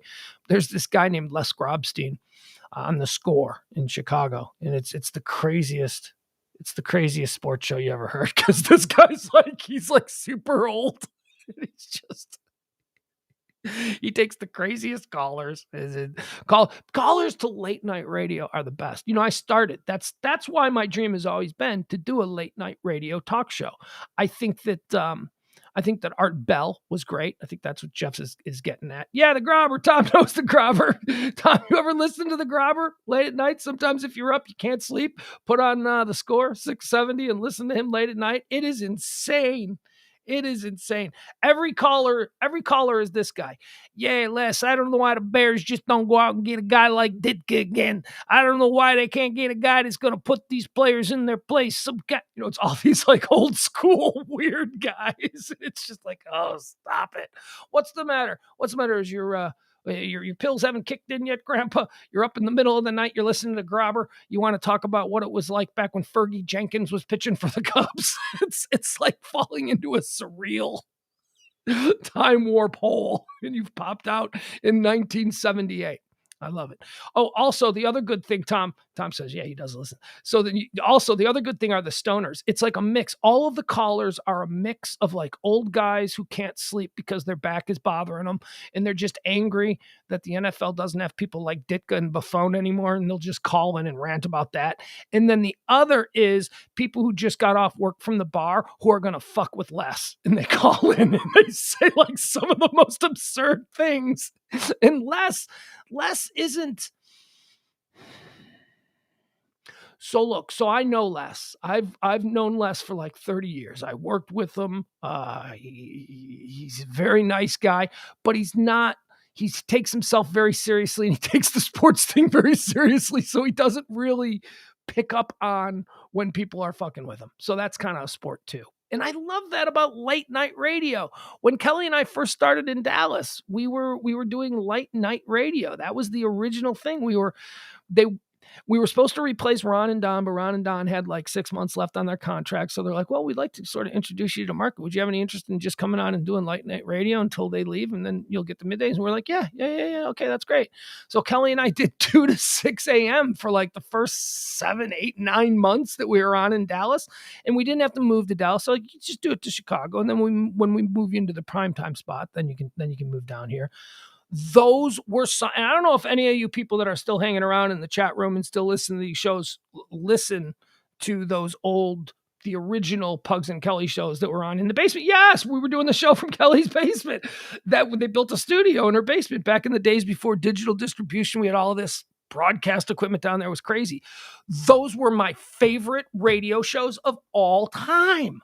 It was so free. And it was the callers were the best. You people were morons, and we had so much fun with you. And we did a lot of like weird, bizarre topics, and it was just long form conversation. It was very similar to the kind of stream that, I do now. It was not all that different. It just her and I just talk, those. And then, they move us to the middays, and that was great. And I really enjoyed that. And we had a lot of good times, and, that was a whole different kind of thing. But when I still think about when was I happiest doing radio, it was the late night thing. And I would kill to do late night radio somewhere. I would absolutely kill. And they're like, well, they don't pay for it. There's no, honestly, I don't care, man. I would do it for like, I'm not going to say how much I would do it for, but we could make it happen. I would totally be into doing a late night radio. I know what Les Grobstein makes. I'm friends with his boss. Well, I shouldn't say I know what he makes. I should say that I have a good idea of what he makes. And I would do it for that. I would totally. I think I love late night radio. I love engaging with the crazy people who are up at night. I love the bar crowd. You point out the third shifters. The third shifters are fine, but it wasn't really the third shifters that were the people who were involved in the show. Maybe they were listening, but they were working. But the callers, the nonstop callers, they were all bartenders. They were all people getting off. We had strippers. It was all people who got out of work at 2:00 in the morning. And we were what they would listen to on the way home. It's how we found Sybil. Sybil was a bartender at $1 Million Saloon, the Gentleman's Club. And she called in one night, and we were talking about something, and she revealed that she was a bartender at this gentleman's club. And then she started telling stories about being a bartender at the gentleman's club. And we said, you got to call us every night. And so every night she would call in when her shift ended and she was in her car driving home. She would call us and tell us more stories about the shit she saw at the gentleman's club on that night. And one thing leads to another, and she's our producer. And now she's #1 in afternoons at whatever radio station here in town she's on. So yeah, it was just a great experience doing those late night shows. Byron, definitely listen to the Basement Days. That's Man, Byron, I didn't know you went all the way back. Byron, what were you, like 10? I mean, my God, that's a long time ago. Crappy comedians coming off open mic. Sure, it was all people on drugs, drunk people. The amount of drunk people who thought they had a prescient point, they were just drunk, and we would just, Kelly and I were like a kitten with a ball of yarn. We would just knock the callers back and forth, and God, that was fun. I loved that. Couldn't do that with a team now. They couldn't see. The trick was they were able to have Kelly and I do that because we had signed our deal and they were already paying us for a different time slot, and they were just keeping us on at this time because Ron and Don had to let their contract expire. They had to, and then they moved us down. But it was fun. It was fun. I don't think you could pay two people to do overnight. There's just not the money for it. There's not the audience. I mean, there is the audience if they went after it. If they actually tried to nurture that kind of a shift, you could do that, but they don't want it. It's not important enough to them. They want to maximize what they can get between 6 and 6. That's it. That's all radio cares about. 6 a.m. to 6 p.m. Everything else is just like, yeah, whatever. You may as well just turn the tower off, but they won't do that because that's too embarrassing. Not 10. I'm 41 now. Okay. So, but yeah, you were young. You must have been in high school. Okay, so what we were talking about? Oh, the nighttime shows, the UFO stuff. So beyond Kelly and me doing our introduction to Dallas being the late night show that we were doing, the overnight show. Before that, my first actual job every day in a radio station was producing for a Chicago late night icon, a guy by the name of Chicago Ed Schwartz, who's dead now, the late great Eddie Schwartz. The first radio show I worked on was this iconic, legendary late night talker in Chicago. And he was awesome. Now, my partner Kelly had a little bit of a different relationship with him than I did. If she ever wants to tell that, she can. But for me, he was awesome to me, man. He treated me really well. He was kind to me. He was not kind to a lot of people. He was kind of mean. He was kind of like an in-your-face kind of. But to me, he was awesome. We had a really good relationship. And he used to have the craziest guests, man, because he had been doing the same shift, the late night, overnight talk show shift in, Chicago. He would have these relationships with these big name celebrities who would come and sit in studio at 2:00 in the morning or 3:00 in the morning or whatever it was. It was my first job in radio. And I'm like, oh my God, that's Frank Sinatra Jr. Like Frank Sinatra Jr. is just hanging out, telling stories about his dad. Oh my God. I once had never mind. I was going to tell a story. Is he alive or dead? Hold on. I need to find out if this person is alive or dead before I can tell this story.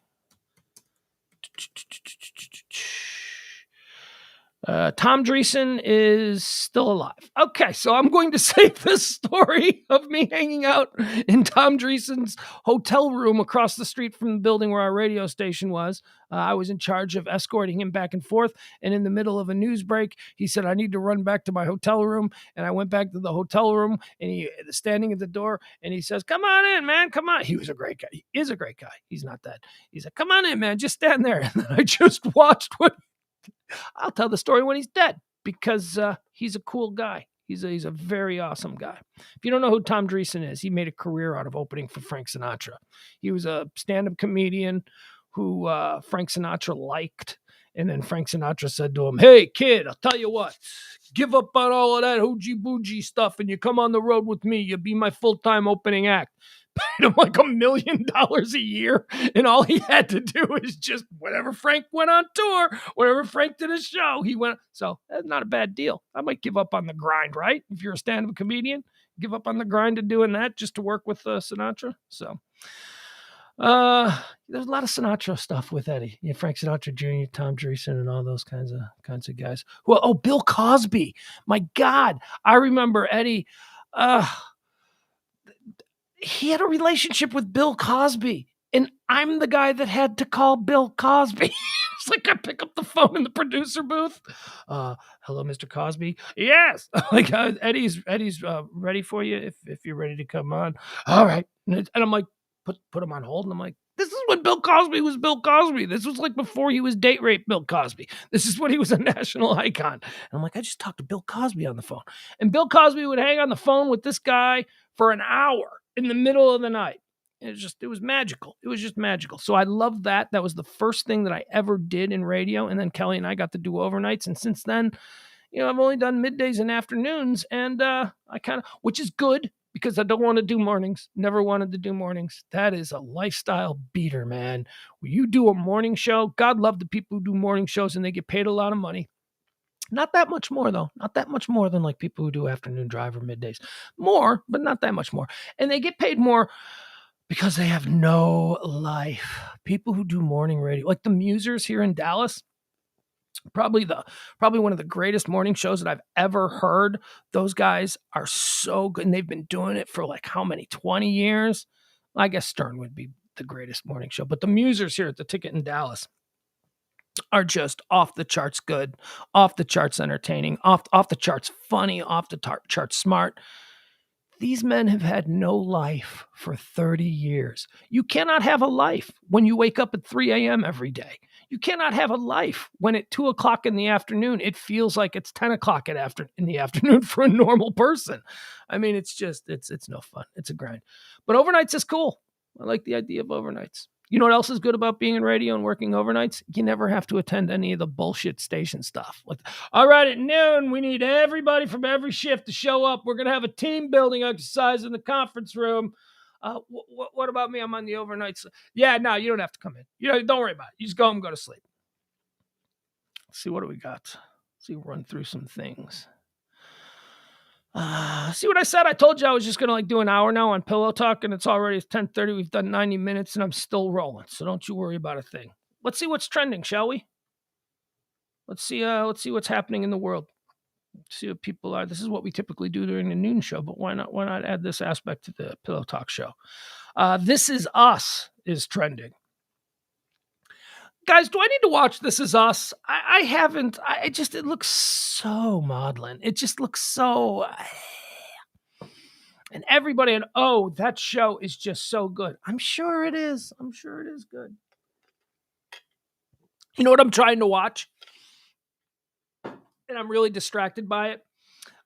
So as you know, I have become a crazy fan of Yellowstone. I love Yellowstone. Yellowstone is so good. It took me a couple of episodes to total.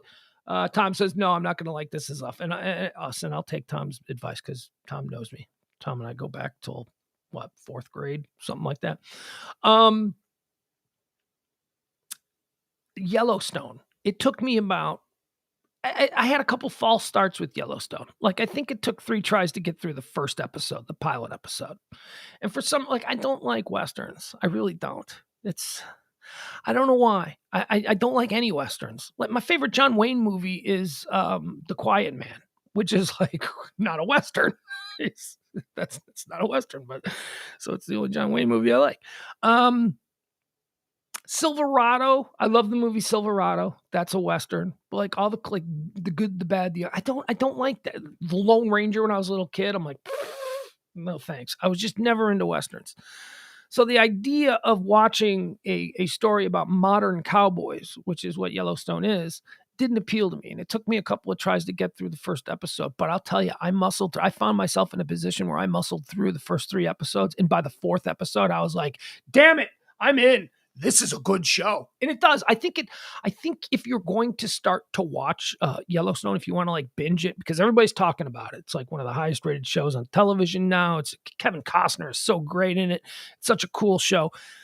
Muscle through the first 3 episodes. The first 3 episodes, there's a lot of exposition. There's a lot of explaining what this is about. There's a lot of explaining who all of these characters are, what their relationships to one another are.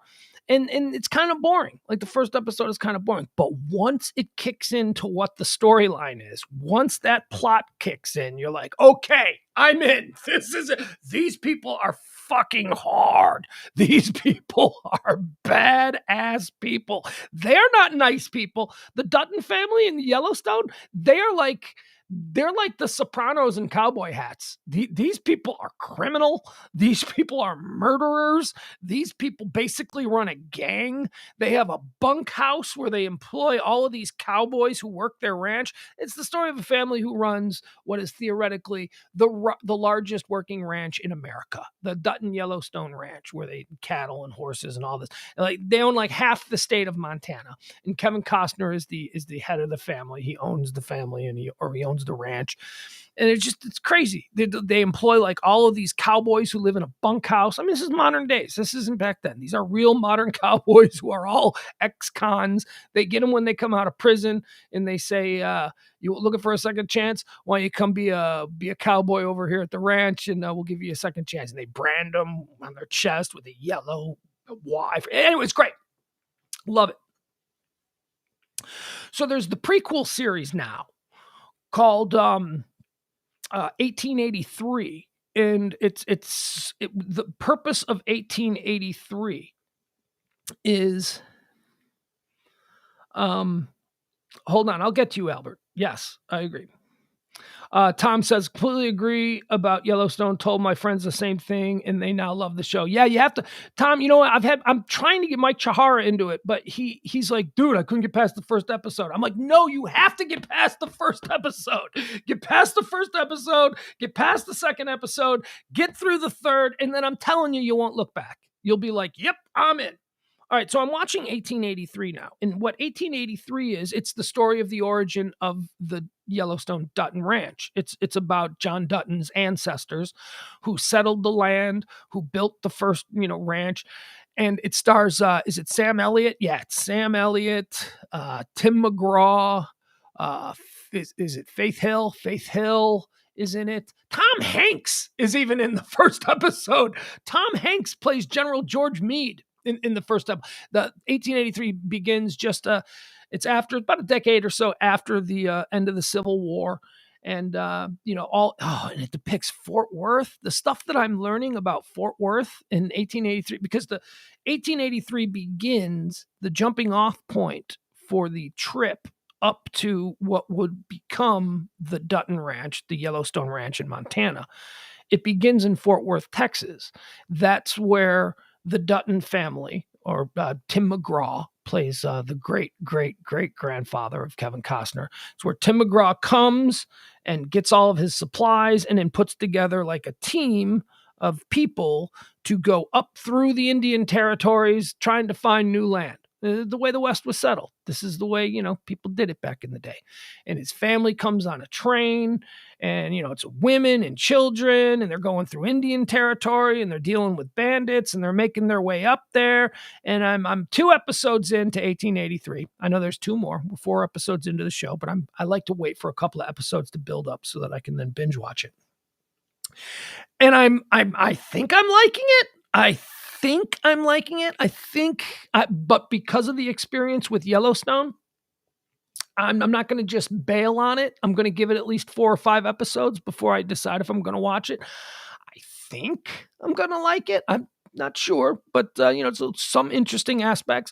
But I'm telling you, something that I had never considered. So, what's her name? Elsa Dutton is the daughter of Kevin Costner's great-great-great-grandpa, played by Tim McGraw. Elsa Dutton is a cutie. She's a cute little 1883, supposed to be a teenager, but, she's a woman in her 20s, so it's all right for me to say this. Very cute, very pretty. I'm like, ooh, who is this actress? I like this actress. Ooh, is she adorable? And she goes like this. She puts her arm above, and everyone... If you people have been watching 1883, you know what I'm talking about. She's like, hi, Daddy, I'm so glad. Thwap, thwap, underarm hair. Every female actress in 1883 has hideous underarm hair. And I know that that's a natural occurring thing. I just live in an era where women do not have underarm hair is like, my son is 12 years old and he's got like a big bush under his arm. And even that disgusts me. And my own I'm fine with. But for some reason, it's just, oh my, all of these beautiful actresses, they raise their hands or here, let me reach up and get that, Daddy. Whap! It's just like this big thatch of hair. Ah! Oh, I'm gonna make myself choke. I'm gonna make myself gag. So that's a bit distracting. That's right now. That's the one thing that is kind of turning me off from 1883. But hey, Dallas Fort Worth guys. What, John? What now? What, because of the bad underarm hair? Now you're gonna watch 1883? Did I strike a nerve with you? Did I turn you on? Albert says Yellowstone follows the same structure as other shows like Succession. Succession is my favorite show in all of television, Albert, and you are absolutely right. Yellowstone is exactly like Succession, except it's rural. It is rural Succession. Every single character in Yellowstone has a counterpart in Succession, whether it's the father. I think we talked about this on an earlier show, but whether it's Kevin Costner as the patriarch in Yellowstone, it's Brian Cox, the patriarch in Succession. They have an eldest son. Both men, both big, successful, powerful, wealthy men, both have an eldest son who is a turncoat, who is a traitor.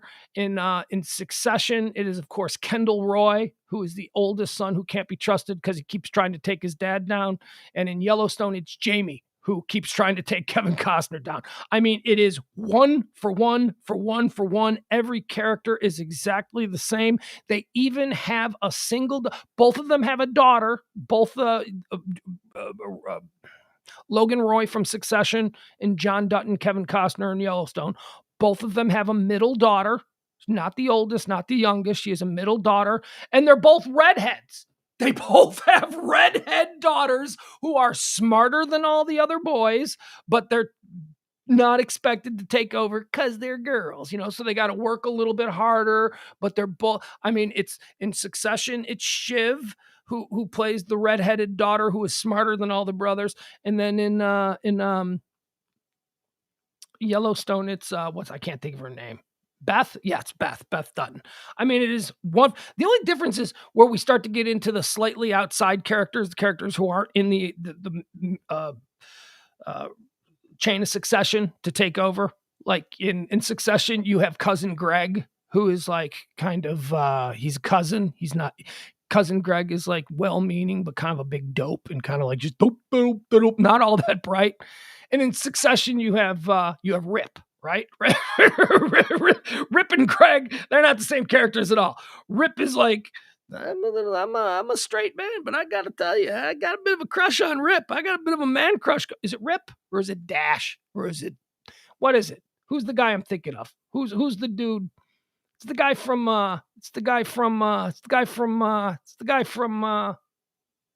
Dazed and Confused.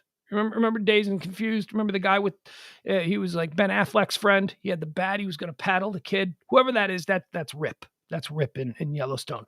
Rip. Yeah, it's Rip. Man, this dude, I ain't gay. I like women. Don't get me wrong. But if I had to choose between Beth and Rip, I'd go out for drinks with Rip. Rip is a man. Rip is a psychopathic killer, and he has no moral grounding at all. But damn, is he a good character. I love that character. Yeah, Tom said Rip may be my favorite character ever. He is. He's such a great character. All right, so there you go. That's how we started talking about This Is Us, and I got into my Yellowstone versus Succession. Both of them are great. Both.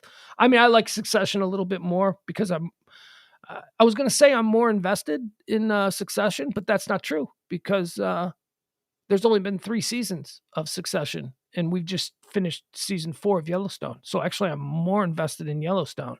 So I've seen more Yellowstone. Still like Succession better.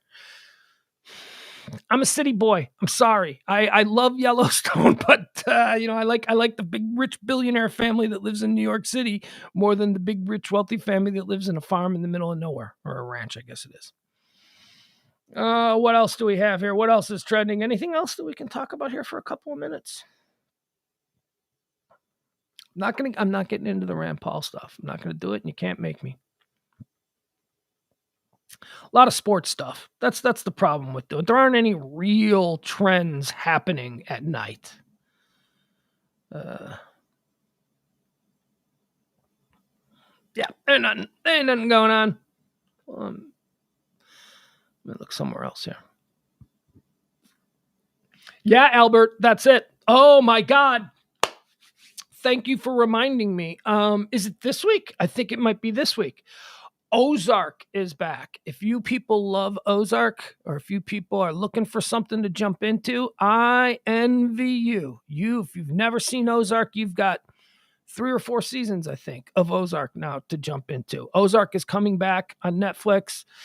And I would suggest you watch the last episode of the last season before you jump into the first episode of the new season. I'm going to do it because the way the last season ended was like, wow, are you kidding? I won't spoil it for you, but it came out of nowhere. And I was like, whoa, like this thing happened on Ozark. Whoa. And then it just went to black. And now we've been waiting a year for what happens next. And I think that's coming up in the next couple of days. I believe it's going to be this week when Ozark comes back. The other thing that I want to mention that's coming back, and I know that Succession, I said Succession is my favorite show. Succession is my favorite show. Except when you bring up this one, and this one is coming back, a release date for the new season. And I think it's season 5. It's going to be the final season. And this is another one of these shows that if you have never seen it, I envy you. I envy you. You get to start from the beginning. You get to start from the beginning and you get to watch all 4 seasons. And me, I've been waiting 2 years. It's been 2 years since. That's the problem with these Netflix shows. You know, the HBO shows or the Paramount shows or the shows that are on FX and stuff like that. They're on a schedule, baby. They need to crank these things out. Okay, you end the season. Now you get 9 months off and then you get 2 months to film the new season and then you're back on within a year, baby. Come on, let's go. It's not the case with some of these Netflix shows. These Netflix shows, they end and they're just like, we'll get around to doing a new season when we get around to doing it. It has been 2 years, easily, 2 years at least, since the last time Peaky Blinders was on Netflix. The new season of Peaky Blinders is coming to Netflix. The announcement of the date, February 2nd or something like that. They've already put out a trailer. If you don't want, Peaky Blinder is unfortunately named. It really is. It's like, it took me a while to start watching this series because of the name. I was like, oh, this sounds like a kid's show. The Peaky Blinders. It ain't a kid's show. It ain't a kid's show. It is awesome. Polly, though. Polly McGrary, what's her name? Margaret McGrary, something like that. The actress who plays Aunt Polly in Peaky Blinders died of cancer like 6 months ago. And that's going to suck because she's like one of the coolest characters in the show. And now one of the coolest characters in the show has to be killed off because Aunt Polly has died. Peaky Blinders is a true story. Not a true story. It's based on actual events. It is a British series. It is a BBC. Oh, Pugs, now you're talking about. No. Just go with me on this. Trust me. Trust me when I tell you. Peaky Blinders is the story of a street gang in Birmingham, England, back after World War II. All of these soldiers came back from World War II and they got involved in organized crime. And one of the big, it's like The Sopranos, it's an organized crime show. And one of the big organized crime gangs in Birmingham was a gang called the Peaky Blinders. And why were they called the Peaky Blinders? Because they wore these flat hats that were known as peakies. And they would keep razor blades in the brims of their hats. And when they would confront you for something, they would take their hats off and they would slash your eyes with the razor blades and they would just like blind you. And that's why the show is called Peaky Blinders. See what I mean? Not a kid's show. It's not a kid's show. And it is so good. Oh my God, Tommy Shelby. It is so good. So I don't know if you guys, Tom, are you a Peaky Blinders guy too? Last season you could watch on BBC before it hits Netflix. Did I say World War II? Did I say after World War II? Yeah, it's set in like the Roaring 20s and like 1918. So yeah, it's after World War I. I'm sorry. So that's coming back too. So we've got a new season of Peaky Blinders coming and a new season of Ozark, and that's awesome. Royal, is it Royal? Not Royal. Righteous Gemstones came back to HBO. I don't know if you guys are watching the Righteous Gemstones. You gotta love John. You gotta love John Goodman, right? John Goodman is awesome. You gotta love Danny McBride. Danny McBride is awesome. You gotta love Adam Levine. Adam Levine is awesome. Is it Levine or Devine? It's Adam Levine. Who's the guy from Modern Family? He was the babysitter. He was also in Workaholics. Adam, whatever. Righteous Gemstones is so good. It's the story of a family of televangelists. They're like the Falwells or, whatever, Jim and Tammy Faye Baker, whatever. They're a big, powerful televangelist family, and they are crazy. That came back to HBO. So the first 2 episodes of Righteous Gemstones is out. John Goodman plays the leader of the family, the Jerry Falwell type of Jesus, praise Jesus. It's so funny. It is so funny. These people are so corrupt. They are so just dirt bags. Righteous Gemstones. There's a lot of good stuff coming back. A lot of good stuff. Stranger Things.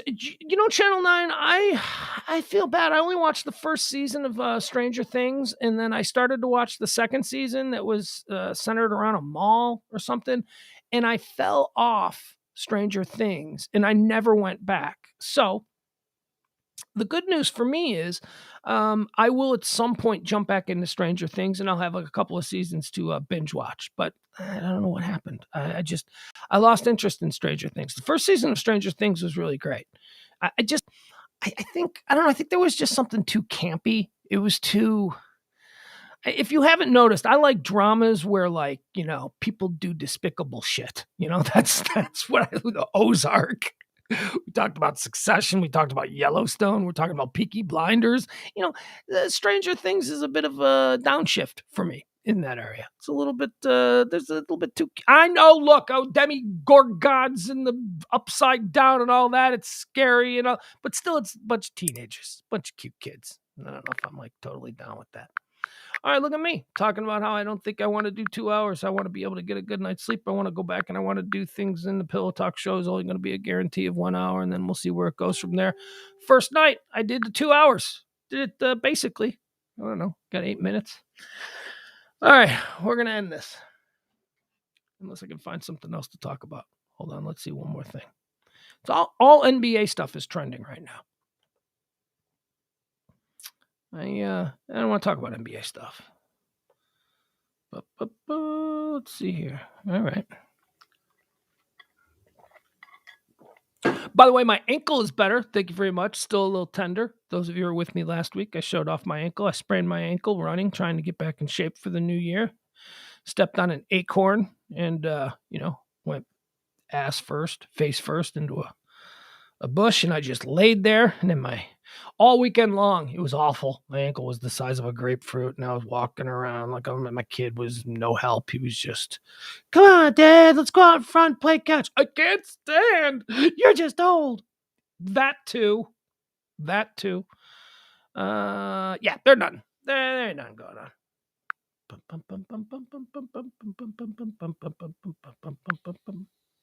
Here we go.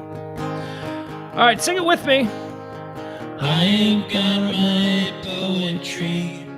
I have got my songs. They see me through the lonely nights. Help me to be strong. John Hinckley. I am like the dancing bear. Trained to be the best. Oh, yeah. So I'll do that now. I've been working this out. I'll show you how I would produce this. Okay, here we go. I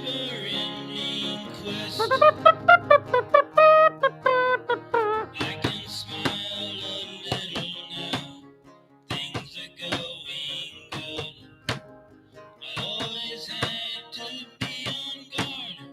That is understood.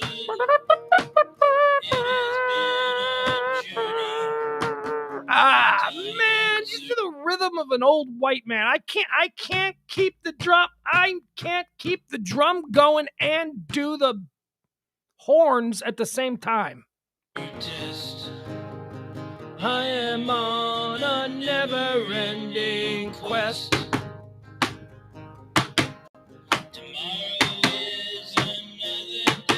The drum has to stay though. Again, that's beetle horns. Those are beetle horns. I want mariachi horns. I want more of a, I can't. A different way, so baffling to some. And then background singer goes, whoa, whoa. I have got an old guitar. That is all I need. I don't need no 408. Maybe the beetle horns work. Yeah, think about that. The beetle horns kind of work. I mean, I see this with a mariachi band, you know, like something like that. But look, if I can't master a mariachi, we'll just go with the beetle horns. Again, who's the producer here, Hinckley? I'm producing. I don't have the green. Down the road I'll travel, far from the comfort nest. I am on a never-ending quest. Neil Pertram. Tomorrow is another day. The best is yet to come. I have found a different. What do I think about the upcoming Pam and Tommy series on Hulu? I'm very excited. Dev, you know I love that kind of shit, Tom. That is like, right. It could be really bad. It could be stupid. It could be, but what? Hey, you know what? It's got, come on. It's got Nick Offerman. It's got Seth Rogen. It's got the Winter Soldier. It's got, who's playing? I don't know who's playing Pam, but she looks pretty good. I don't know who she is. I mean, that's a hard one. You know, it looks good.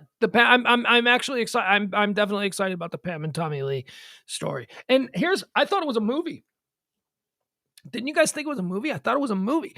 Turns out it's a series, right? There's like episodes. It's gonna be is Pam the same actress that plays Harley Quinn? No, Albert, but right? I mean, she looks like her. That she definitely could be. So baffling to some. Whoa, whoa. I can smile a little now. Things are going good. I always had to be on guard.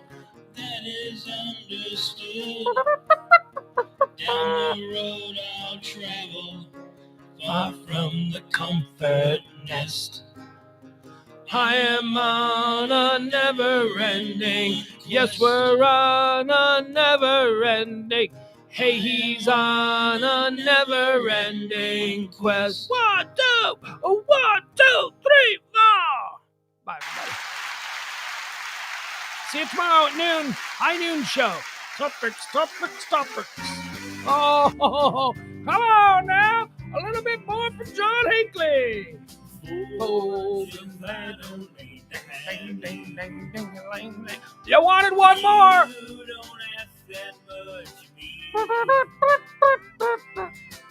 Fuck it. I'm not prepared for this. All right. See you tomorrow at noon. Bye.